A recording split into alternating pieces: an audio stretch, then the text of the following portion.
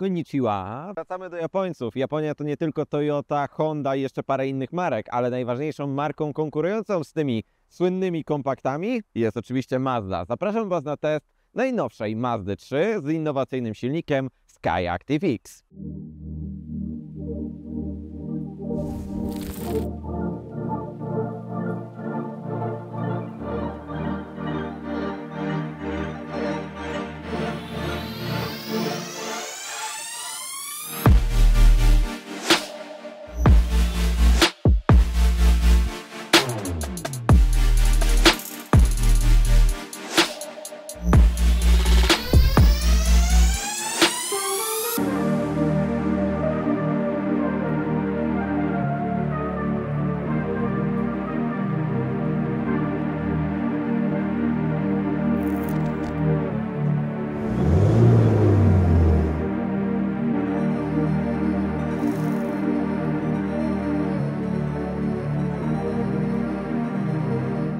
Dobrze, ale jeśli chcecie zobaczyć jeszcze więcej japońskiej motoryzacji na naszym kanale, to nie zapomnijcie także o subskrypcji kanału Motookiem, bo to dzięki Waszym subskrypcjom my możemy testować coraz to ciekawsze samochody. A my przechodzimy sobie już do tego Jinbei. Mazda to jest bardzo ciekawy producent, który w Europie nie jest dosyć mocno aż tak znany jak na przykład Toyota, Lexus, czy jeszcze oczywiście Honda czy Nissan. Zawsze byli delikatnie bardziej z tyłu, ale bardzo ciekawe także mieli podejście do budowania swoich samochodów. Samochodów, które miały być bardzo mocno połączone także z kierowcą i to zawsze im się udawało. Od pierwszej Mazdy 323F po kolejne generacje oczywiście trójki, bardzo popularnej szóstki, czy nawet właśnie najnowszych modeli pod tytułem CX-60. Samochodów naprawdę jest co niemiara, a najbardziej oczywiście znanym i najbardziej przyjemnym do jazdy jest samochód zwany Mazdą MX-5.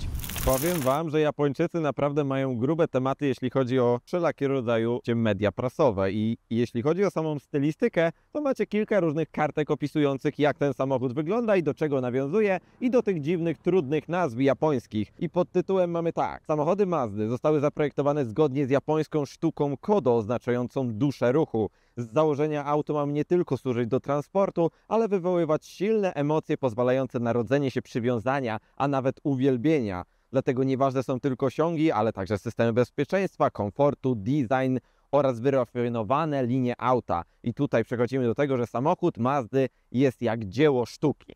No właśnie. I to dzieło sztuki od 2018 roku naprawdę nie chce się zestarzeć. Nowoczesny design, ale bardzo stonowany. Zobaczcie, że tu nie ma żadnych ostrych linii. To wszystko jest naprawdę bardzo mocno ugładzone, ale według tej stylistyki Kodo właśnie to ma być dziełem sztuki użytkowej. I tak faktycznie jest. Mazda 3 jest to bardzo fajny, przyjemny, kompaktowy samochód, ale z bardzo długim przodem, z niewielkimi reflektorami oraz bardzo płynnym i nieagresywnym zderzakiem, tak samo jak wszystkie linie. To wszystko jest także podkreślone przez nasz kolor zwany Platinum Quartz, który nie wymaga jakiejś nie wiadomo jakiej dopłaty, ale okazuje się, że jest bardzo przyjemnym kolorem. Ja myślałem, że to będzie kolor srebrny, a on nie jest kolorem srebrnym, on jest ciepło-złotym kolorem, ale właśnie wpadającym także właśnie w ten delikatny srebrny poblask. Oczywiście możecie wybrać sobie ten charakterystyczny kolor Soul Red dla Mazdy, który jest najlepiej wykonany, ale kosztuje prawie 5000 zł więcej. Charakterystyczny przód dla Mazd już od poprzedniej generacji właśnie modelu 6.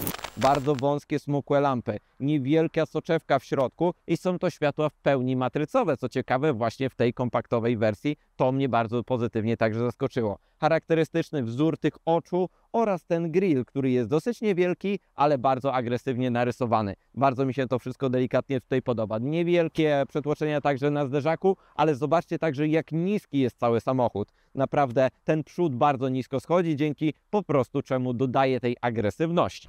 Czas na koła, a koła też są oczywiście delikatnym dziełem sztuki, ale tym oczywiście takim najbardziej klasycznym. Proste, pięcioramienny wzór o 18 calach i to jest największa felga, jaką możecie sobie zastosować, jeśli chodzi o Mazdę trójkę i jest do wyboru dosłownie w dwóch kolorach, albo jasnym, albo w takim pakiecie black, jak my mamy. I właśnie w takim pakiecie black dobrze to wygląda, kiedy macie to połączone także z jasnym kolorem oraz ciemnym wnętrzem. Typowa, prosta klasyka. Połączone także z japońską marką, jeśli chodzi o opony, bo wyjeżdża Mazda na Yokohamie o rozmiarze 215 o profilu 45 właśnie na 18. Mazda chciała tutaj zastosować delikatnie wyższą oponę ze względu na to, że nie oferuje w tym modelu w żadnej formie żadnego zawieszenia adaptacyjnego, DCC i tak dalej. Macie tutaj standardowe sprężynowe zawieszenie i wielowahacz z tyłu.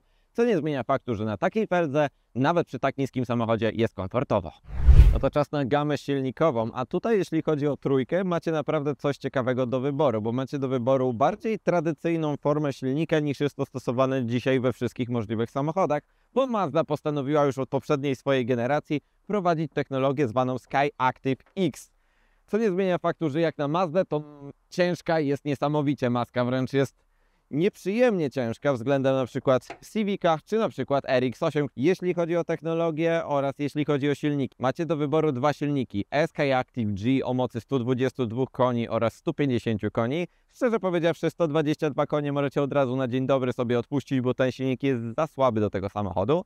150-konna wersja już jest naprawdę przyjemna i jest to tradycyjny silnik. Silnik, który Mazda stwierdziła, że będzie kompletnie inny względem konkurencji, ze względu na to, że ma o wiele wyższy stopień sprężania i o wiele większą pojemność. Mazda nie poszła tak jak wszyscy w kierunku zmniejszania silnika i ich turbodoładowania, tylko została przy silnikach wolnosących, tylko zwiększyła ich stopień sprężania, twierdząc, że będzie to lepsze oraz bardziej efektywne w paliwie. I tak oto macie właśnie dwulitrowy, czterocylindrowy silnik o bardzo prostej konstrukcji i o mocy właśnie 150 koni. Ale najważniejszą zmianą technologiczną i silnikiem innowacyjnym jest ten silnik, który mamy tutaj, czyli zwany benzyno-diesel Sky Active X. Czas na ten innowacyjny silnik zwany faktycznie benzyno-diesel, co jest naprawdę bardzo ciekawym oraz innowacyjnym podejściem. Sama Mazda nawet stwierdziła, że będzie tutaj wszystko zastosowane w takiej formie, że zobaczcie, macie dosłownie drugą maskę wewnątrz, po to, żebyście mogli bardziej pokazać i opowiadać właśnie na temat tego silnika. Silnik, który jest bardzo ciekawy w swojej konstrukcji, standardowy, dwulitrowe, czterocylindrowe, wolnossące tak naprawdę i dziecko. Jeśli chodzi o Mazdę, macie tutaj silnik bazujący w większości na osprzęcie z diesla. Blok jest silnika diesla oraz jego charakterystyka ma najbardziej przypominać właśnie silnik wysokoprężny. Dlaczego o tym wspominam? Dlatego, że tutaj jest stopień sprężania równy 15:1 i ten sam silnik jest w stanie ten stopień sprężania sobie zmniejszać oraz zwiększać, co jest też dosyć nietypową i ciekawą technologią. Ale dlaczego mówi się o tym, że to jest benzyno-diesel? Cała sztuczka polega na tym, że macie tutaj bardzo wysoki stopień sprężania, czyli mieszanka paliwowa, benzynowa, bo tankujecie tutaj benzynę, jest niesamowicie mocno ściskana, tak jak właśnie w silniku wysokoprężnym, gdzie automatycznie w wysokoprężnym silniku dochodzi dosłownie do wybuchu tej mieszanki. A tutaj, no faktycznie, jak ściśniecie benzynę, to ona nie wybuchnie. Ale Mazda postanowiła zrobić coś takiego jak dodatkowy system właśnie podpalania tej mieszanki. Dotryskiwane jest w ostatnim momencie paliwo, kiedy jest w tym momencie, kiedy już jest ściśnięte w komorze, jest dotryskiwana niewielka ilość paliwa oraz podpalana przez dosłownie cykl świecy zapłonowej, a następnie dosłownie ta jedna kropelka wybucha. I wybucha podkręcając oczywiście resztę paliwa, które jest już w cylindrze i następuje oczywiście podpalenie reszty mieszanki, dzięki czemu mamy dosłownie taki oto system. Jest to naprawdę innowacyjny system, dzięki któremu jesteście w stanie mieć mniejsze zużycie paliwa i tak dalej, i tak dalej. Ale jak to w ogóle działa? Faktycznie, kiedy silnik jest zimny, macie także tradycyjną pracę tego silnika, czyli tradycyjnego silnika benzynowego. Kiedy on jest już bardziej rozgrzany, to faktycznie przechodzi w ten taki tryb bardziej charakterystyczny dla diesla. Efektem tego jest naprawdę bardzo przyjemny moment obrotowy. 240 Nm, ale to jest moment obrotowy, który jest dostępny naprawdę nisko, bo on ma taką bardzo przyjemną charakterystykę, jak na silnik wolnossący, który tak naprawdę nie jest silnikiem wolnossącym.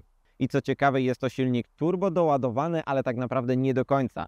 Ze względu na to, że jest tutaj mała mechaniczna sprężarka, która po prostu dorzuca powietrza, oczywiście w wyższych partiach obrotowych, ale nie robi tego tak tradycyjnie, jak w przypadku standardowych silników doładowanych kompresorem. Nie, tutaj nie mogłoby być tak prosto. Mazda stwierdziła, że przecież to by zwiększyło zużycie paliwa, a cały ten silnik ma być oczywiście skierowany w stronę oszczędności, którą faktycznie w miarę także oferuje. W wyższej partii obrotowej wtedy, kiedy ten kompresor tłoczy więcej powietrza, nie zostaje zwiększona także dawka paliwa, dzięki czemu faktycznie pozostaje on oszczędny, ale nadal jakby przez stopień sprężania ta efektywność zaczyna wzrastać, dzięki czemu faktycznie ten moment obrotowy także pojawia się na górze, tak jak gdybyście mieli zmienne fazy rozrządu, które faktycznie także tutaj istnieją. Technologii w tym silniku jest naprawdę mnóstwo i jest to naprawdę nietypowy silnik, ale przyjemność z jazdy oraz elastyczność tego silnika jest naprawdę na wysokim poziomie. W szczególności, kiedy macie to połączone z tą świetną sześciobiegową manualną skrzynią biegów, która jak to w Mazdzie chodzi niesamowicie precyzyjnie i to jest naprawdę świetne.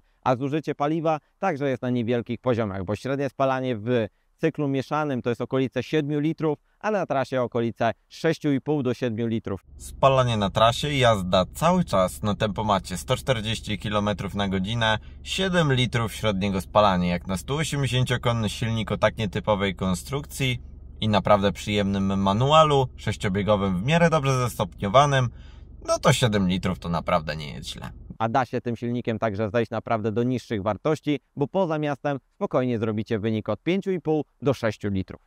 Ale sam silnik jest także w miarę elastyczny i pozwala ten samochód rozpędzić w 8,6 sekundy do pierwszej setki z manualną skrzynią biegów i 8,4 do pierwszej setki z oczywiście automatem, co dla Was żeśmy także postarali się w miarę sprawdzić.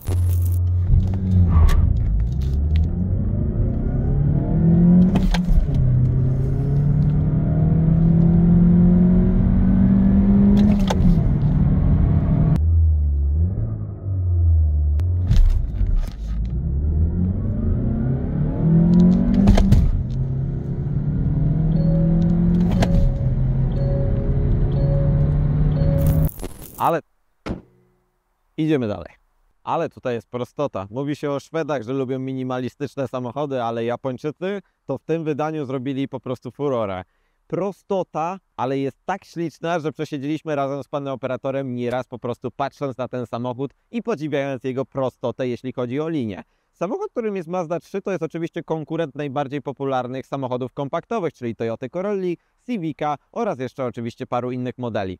Faktycznie, najbliżej mu do właśnie Toyoty Corolli w wersji hatchback, 4,46 metra długości, co dosłownie zbliża się praktycznie idealnie do Corolli w wersji hatchback. Rozstaw osi 2,72 metra, dzięki czemu faktycznie jest troszeczkę więcej miejsc podarowane także w środku, dzięki czemu macie także więcej miejsca na nogi, czy dosłownie także więcej miejsca w przedniej tej części. W końcu kompakt to powinno być także w miarę sensownie miejsce z przodu i z tyłu. Wchodząc do tyłu, niestety macie ten sam efekt co w Corolli, czyli wsiada się tutaj dosyć mocno specyficznie. Otwór drzwiowy jest dosyć niewielki oraz także zobaczcie, jak nisko schodzi dach i niestety moja głowa dosyć często ląduje tutaj dosłownie w cykorłapce, która tutaj jest zastosowana, więc tutaj jest pewien taki mały problem. Co prawda przestrzeni nad głową jest tutaj dosyć dużo, ale po prostu linia okien jest dosyć nisko poprowadzona. Fotel ustawiony pode mnie, 1,80 m wzrostu i tutaj nie ma większego problemu. Jest więcej miejsca niż w przypadku Corolli, jest więcej miejsca także na stopy i tutaj nie będzie problemu, żebyście spokojnie sobie przejechali nawet dłuższą trasę,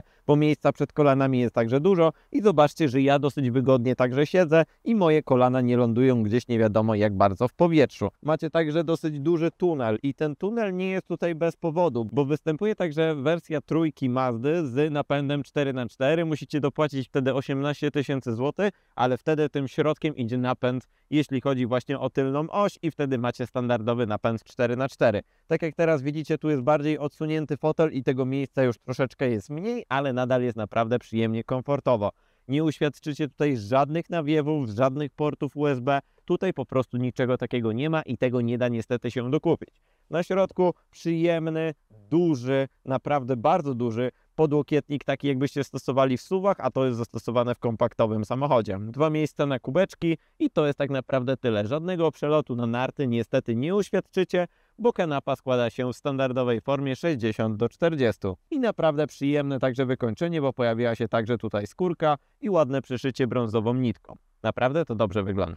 14 cm prześwitu i raptem niecałe 1,5 metra wysokości, więc to jest taki naprawdę bardzo przyjemny, klasyczny kompakt, który był produkowany dosłownie kiedyś. Praktycznie żadnych przetłoczeń tu nie ma. Delikatne chromy, delikatny oczywiście kolor czarny w formie piano black, czy także możliwość dokupienia sobie bardziej agresywnych progów, czy bardziej agresywnych dokładek, jeśli chodzi o przedni czy tylny zderzak. No dobra, ale zaraz powiecie, że to Mazda, przecież to zaraz zardzewieje. Wszystkie Mazdy 6 praktycznie są zardzewiałe i niestety mają dziury na wylot. No właśnie, i od pewnego momentu Mazda naprawdę się postarała i poprawiła ten proces. Co prawda nadal samochody z Japonii nie są kompletnie ocynkowane, ale są kąpane w odpowiednich substancjach i tak dalej, dzięki czemu faktycznie są lepiej zabezpieczone. I ja szczerze powiedziawszy, od ostatniej generacji nowej 6 czy nowej 3 nie widziałem żadnego samochodu z nalotami rdzy. I tak samo spodem, jeśli chodzi o podłogę. No dobra, ale jeśli to jest benzyno diesel, to co ja mam w końcu zalewać do baku? Benzyny czy diesla? No właśnie, jeśli chodzi o ten temat, Tutaj zalewacie oczywiście benzynę 9-5-oktanową minimalnie, ale sama Mazda mówi i wspomina o tym, kiedy odbieracie ten samochód, że ten samochód jest bardziej przystosowany i lepiej także pracuje na benzynie 9-8-oktanowej, więc raczej tutaj się zaleca faktycznie tankowanie tej 9-8-oktanowej ze względu na to, że po prostu macie wysoki stopień sprężenia i ta mieszanka jest naprawdę już uboga, więc po prostu lepiej to wzbogacić po prostu lepszym paliwem. Pojemność zbiorniku paliwa 51 litrów, średni zasięg okolice 550 km. No dobra, lat generacji, widzicie to po tym tylnej części? No właśnie, nadal świetnie, pięknie jest to narysowane, to jest jeden z najlepiej wyglądających hatchbacków aktualnie dostępnych. Piękny minimalizm, który świetnie się starzeje, nawet po 6 latach. Zobaczcie, że da się zrobić taki samochód. Długi spoiler, który możecie także w opcji sobie jeszcze wyposażyć w jeszcze bardziej agresywną stylizację. Delikatnie przyciemniona szyba w niewielkich także rozmiarach. Prostota oraz delikatne napisy Mazda Skyactiv X, czy także charakterystyczne kołkowe światła, które są dla Japonii pewnym takim elementem bardzo ważnym. Niewielkie światła z tymi dwoma dosłownie okręgami bardzo charakterystycznymi dla Mazdy. Wygląda to po prostu przecudownie. No i zejdźmy sobie delikatnie niżej, bo tam także się pojawiły ciekawe rzeczy. No i dolna część zderzaka. Nie jest coś tutaj ciekawego? No właśnie, dwie ładne dubeltówki, dwie końcówki układu wydechowego, który, uwaga, w naszej wersji jest układem sportowym i jest wykonany z tytanu i naprawdę bardzo przyjemnie brzmi.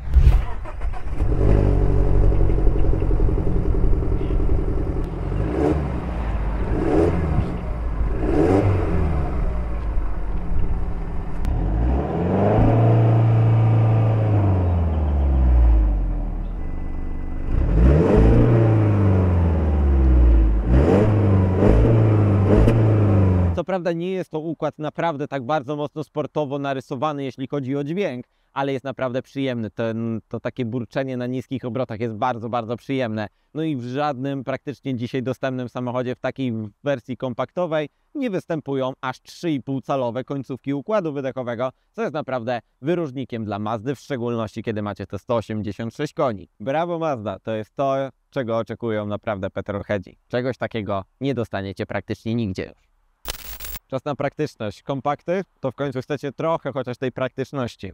Otwierana manualnie klapa. Nie da się tutaj zamówić żadnej formy elektrycznej klapy, ale szczerze powiedziawszy, ja lubię takie rozwiązanie. Szybkie, proste oraz macie także możliwość reglowania zamków jednym przyciskiem tutaj i zamknięcia klapy manualnie odchodzicie i po temacie. Bardzo fajny, przyjemny, ustawny bagażnik ze względu na to, że codziennie mam dostęp do Corolli właśnie w hatchbacku i uważam, że tam jest upierdliwość totalna z bagażnikiem, bo jest niewielkiej wielkości, a tutaj 330 litrów, czyli bardzo podobna pojemność co do Corolli, a jednak tego miejsca jest tutaj więcej. Jest bardziej ustawny i jest bardzo także foremny ten bagażnik, przyjemnie wykończony.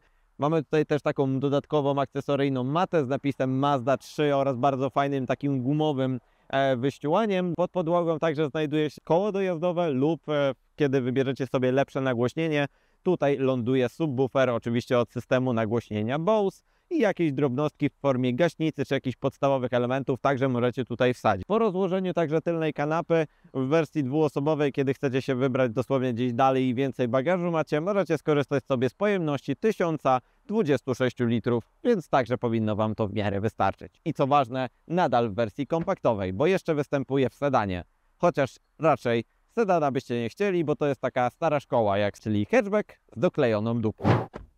A z przodu także jest naprawdę przyjemnie. Zobaczcie, że nasza wersja Exclusive Line posiada już bardzo fajne, przyjemne, sportowe, powiedzmy troszeczkę usportowione fotele, które są wykonane ze skóry. Niby myślałem, że to jest czarne wnętrze, ale jednak nie do końca. Jest to czarne wnętrze połączone z delikatnym kolorem brązowym. Jeśli chodzi właśnie o fotele, to najbardziej jest widoczne, że tutaj wewnątrz tego dziurkowanego materiału jest także delikatny kolor brązowy. A same fotele także są naprawdę bardzo przyjemne i wygodne. Trasa z Warszawy do Łodzi i dalej jest naprawdę na świetnym poziomie. Podparcie boczne, podparcie lędźwiowe, czy także sama długość siedziska okazuje się, że jest naprawdę przystosowana pod europejskie standardy, co mi się naprawdę podoba. To lewy fotel kierowcy jest oczywiście w pełni elektrycznie sterowany razem z odcinkiem lędźwiowym i podwójną pamięcią tutaj zastosowaną za pomocą klawiszy, to prawy fotel, jeśli chodzi o pasażera, już jest w pełni manualny, ale nadal z taką samą ilością ustawień. Jedyną wadą tych foteli niestety jest słabe trzymanie, jeśli chodzi o właśnie wasze barki, więc niestety szybsza jazda kończy się tym, że po prostu delikatnie zaczynacie chodzić po tych fotelach. Ale naprawdę, jeśli chodzi o komfort, jestem bardzo zadowolony. Dobra, czas moi drodzy na wnętrze, a tutaj tak jak na zewnątrz było minimalistycznie, tak samo jest w środku, jeśli chodzi o Mazdę. Mazda naprawdę trzyma się swojej charakterystyki takiej, że cały kokpit ma być skierowany także do kierowcy i ten samochód ma być taką jednością pomiędzy kierowcą właśnie a samochodem. A jeśli chodzi o wykończenie, także jest naprawdę bardzo przyjemnie. Tu jest twardy, delikatnie plastik, ale niżej schodzicie już jest przyjemna skóra, przeszyta także tą brązową nitką razem z szarą. Tutaj górna część deski rozdzielczej także jest przyjemnie miękka, a tutaj jest naprawdę też dosyć dużo gąbeczki i przyjemna także skóra. Podoba mi się, że Mazda nie poszła dosłownie w nie wiadomo jakie oszczędności, ale zrobiła to wnętrze przyjemne oraz także ciche. Sprawdzenie głośności 130 km/h. Tak to wygląda.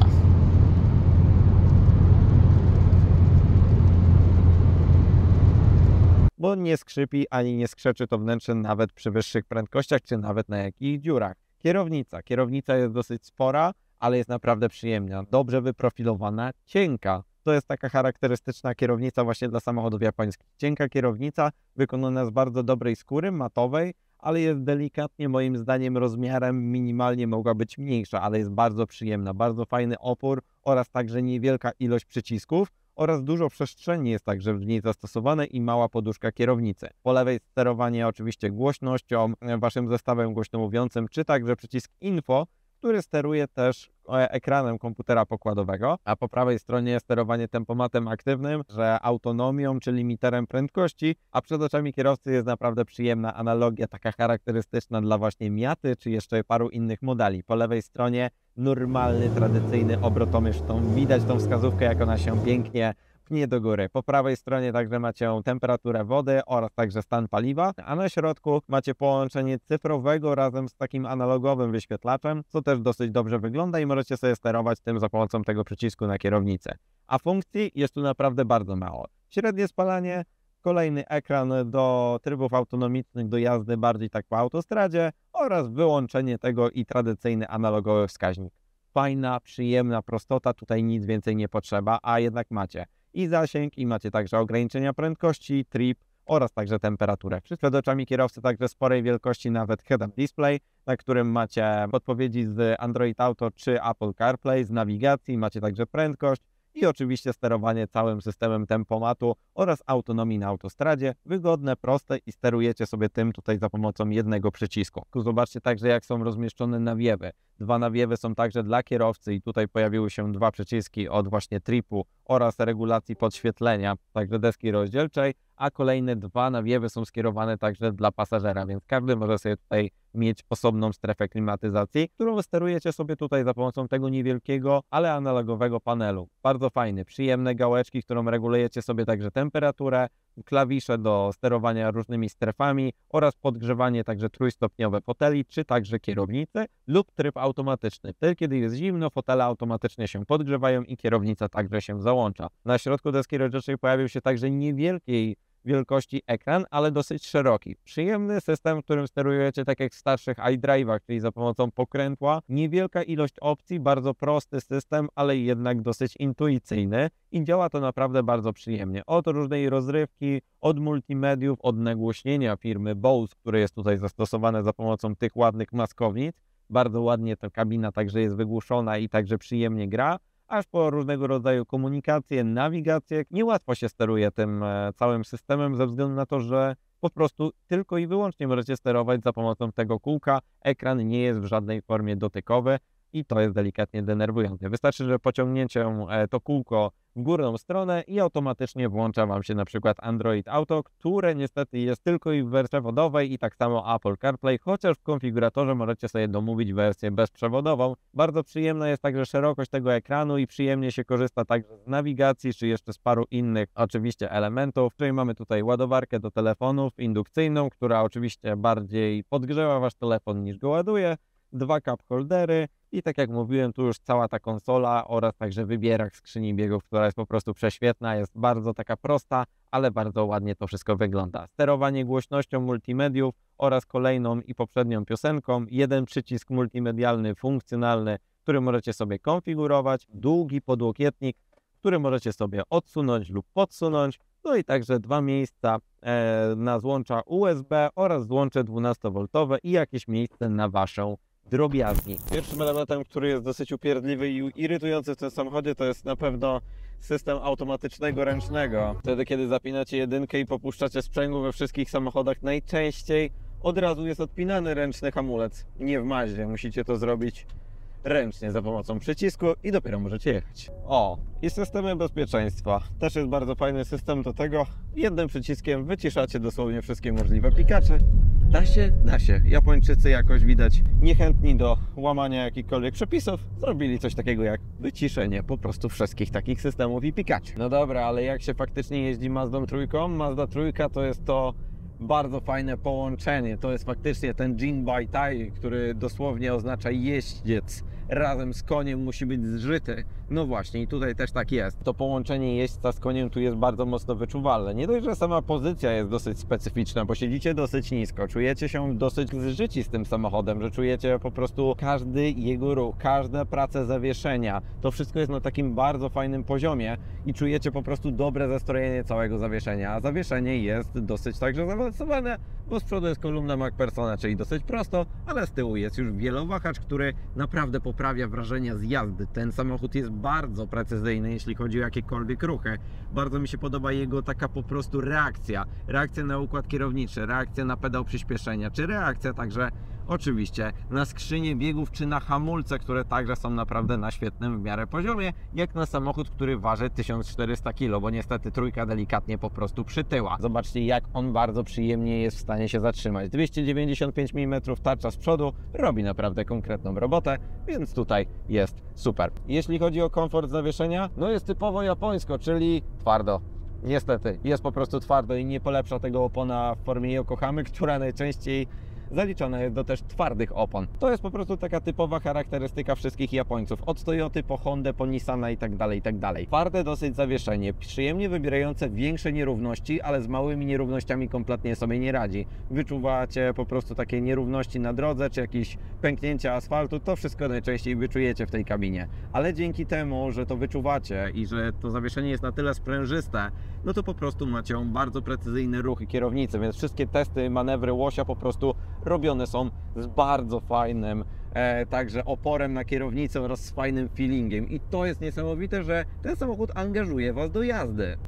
A angażuje Was do jazdy także przez skrzynię biegów oraz przez silnik, który naprawdę przyjemnie się wkręca na obroty. I czujecie po prostu tą piękną, mechaniczną skrzynię biegów, która wchodzi ze świetnym oporem. Dawno nie jeździłem tak dobrą skrzynią manualną, a to już naprawdę jest coraz większa rzadkość, bo po prostu wszystkie samochody, które najczęściej dostajemy, są w większości w automatach, a tutaj jest niesamowita po prostu zabawa. Wy chcecie zmieniać te biegi i to jest wręcz niesamowite. Trójka, czwórka, piękna, szybka redukcja do trójki i wchodzicie na wyższą partię obrotów. To jest naprawdę świetna po prostu robota. Niesamowite dobre wrażenie daje ta 6-biegowa skrzynia manualna, ale zawsze w Maździe to był wyznacznik jakości i tak w przypadku trójki ze Skyactiv X-em także jest. Silnik 186 koni, 240 Nm momentu obrotowego. To jest dosyć nietypowa konstrukcja ze względu na to, że on się zachowuje bardziej jak diesel niż jak benzyna. Dlaczego tak o tym opowiadam? Bo zobaczcie teraz, jadę sobie na 6. biegu, 1500 obrotów, naciskam pedał przyspieszenia i on fajnie z momentu obrotowego jest w stanie sobie pojechać i to mi się podoba. Od 2000 obrotów tak naprawdę już zaczyna się wyższy moment obrotowy, pod trójkę już zaczyna się doładowanie tym mikrokompresorem, o którym Wam wspomniałem. Przyjemnie zaczyna się to odpychać. Oczywiście czas do pierwszej setki to jest raptem jakieś 8,6 sekundy, no to nie jest jakiś nie wiadomo jaki wynik. Ale tutaj te wrażenia potęguje dosłownie to, jak mocno czujecie ten samochód pod sobą. Jak on pięknie sobie daje radę na rondach, jak on sobie pięknie daje radę także ze wszystkimi Waszymi oczywiście zadaniami, bo on jest dosłownie chętny do tego, żeby to robić przy coraz większych prędkościach i coraz bardziej także precyzyjnie. Pyk i trójeczka. I to jest najfajniejsze w tym samochodzie.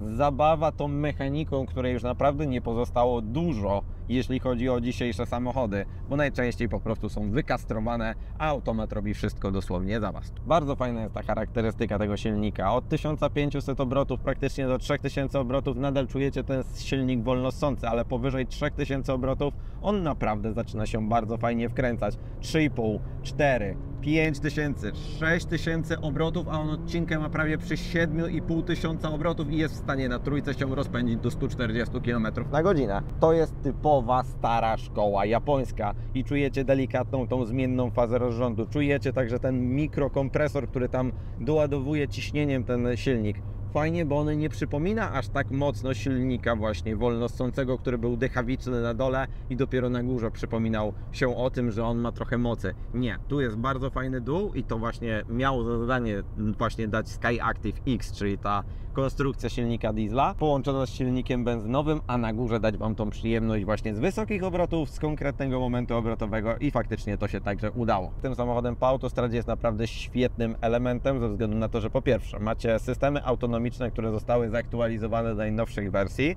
i po prostu jest także dosyć wszystko przyjemnie to wyciszone. Aktywny tempomat także utrzymuje ładną linię toru jazdy po autostradzie i w większości nawet z tym manualną skrzynią biegów zapięcie sobie 6. bieg i możecie sobie bez problemu jechać tak jak ja w tym momencie, nawet nie trzymając zbytnio rąk na kierownicy, bo samochód bardzo przyjemnie i bez żadnego problemu skręca, hamuje i robi w większości wszystko za Was, ale po prostu jest także wygodnie. Sama pozycja za kierownicą, samo to odczucie, jak tu się jedzie, naprawdę jest przyjemnie. Ja wracałem w nocy z Warszawy tym samochodem, wsiadłem po całym dniu zmęczony, naprawdę już dosyć mocno, a wsiadłem do tego samochodu i po prostu poczułem delikatny komfort, rozluźniłem się i było mi naprawdę przyjemnie i ten samochód jest świetnym także kompanem na dłuższe trasy, a w dłuższych trasach także w miarę spalanie jest na sensownym poziomie. A jeśli chodzi o spalanie, no dobra, czy to ma sens cały ten benzyno-diesel i tak dalej? Okazuje się, że trochę ma. Nie jest to jeszcze szczyt fenomenu, ale i tak robi dobrą robotę. Tak jak teraz jedziemy 80-90 km na godzinę, ten silnik jest w stanie spalać okolice 4 do 5 litrów benzyny. Jeśli zaczynacie się nim trochę bardziej bawić, no to już podchodzicie pod 6, 7, a nawet i 8 litrów średniego spalania, ale no to jest normalne, jeśli chodzi o silnik wolnossący. Kiedy macie tą naddatek tej mocy momentu obrotowego, bo to jest naprawdę przyjemne, to jedziecie sobie tak jak teraz, na 6. biegu, 2000 niecałych obrotów i ten silnik pali faktycznie sobie 3 litry. I takie było założenie Mazdy. Stworzyć silnik bardzo fajny, elastyczny, dynamiczny, ale także i oszczędny i z taką połączoną charakterystyką właśnie dwóch silników. I myślę, że im to się naprawdę udało. Tyle z tematu pokładu Mazdy 3 Skyactiv X. Wow, ale jestem podjarany tym samochodem. Powiem Wam, że dawno nie było takiego samochodu, który był aż tak mocno połączony z kierowcą. Dawno nie było takiego samochodu, który był aż tak mocno analogowy, ale dający przy tym takie przyjemne wrażenie z jazdy, takie bardzo fajne dla kierowcy, a nie tylko dla pasażerów. Nie ma tutaj tony gadżetów i tak dalej, ale jest za to ogromna przyjemność silnika, który ma bardzo fajną, nowoczesną charakterystykę, jak na silnik wolnossący, gdzie tego momentu obrotowego jest na dole dosyć dużo i na górze także się pojawia, tak jakbyście mieli jakąś fajną, taką przyjemną, dawną, zmienną fazę rozrządu oraz do tego także ta skrzynia manualna, no po prostu cud, miód, malina, a to jest nie koniec to, co jeszcze Mazda oczywiście potrafi, bo przed nami jeszcze test oczywiście MX-5. I co najciekawsze, Mazda 3 zaczyna się naprawdę od świetnych kwot cenowych. Od 142 000 złotych możecie mieć już naprawdę podstawową wersję. Taka wersja, jak widzieliście dzisiaj na filmie, to jest koszt okolice 156 000 złotych, co jak dowiedziałem się o tej kwocie, to naprawdę rozwaliło mi totalnie umysł, bo to jest naprawdę niska kwota jak za samochód kompaktowy. Bardzo przyjemny silnik, świetnie zestrojone zawieszenie, frajda z jazdy oraz ten niestarzejący się wygląd. No i po prostu japońska niezawodność. To mi się naprawdę niesamowicie podoba i uważam, że Mazda 3 z tym charakterystycznym, innowacyjnym silnikiem Skyactiv X może być naprawdę świetną, ciekawą propozycją na rynku. I co ciekawe, jest i występuje jako nieliczna z napędem 4x4. No i czas, i tak oto tymi pozytywnymi słowami kończymy ten oto świetny materiał o Mazdzie 3. No i co, moi drodzy, zanim oczywiście zakończymy ten film, ja przypomnę Wam też o subskrypcji kanału Motookiem, bo to dzięki Wam, Waszym zaangażowaniu oraz tym, że jesteście, my mogliśmy także przetestować tą świetną, nową markę na naszym kanale, czyli Mazdę. No i co? Nie zapomnijcie o subskrypcji, widzimy się w następnych, kolejnych filmach. 2 inne filmy teraz w tym momencie wyświetlają Wam się na ekranie. No i co? Do zobaczenia, cześć, hej!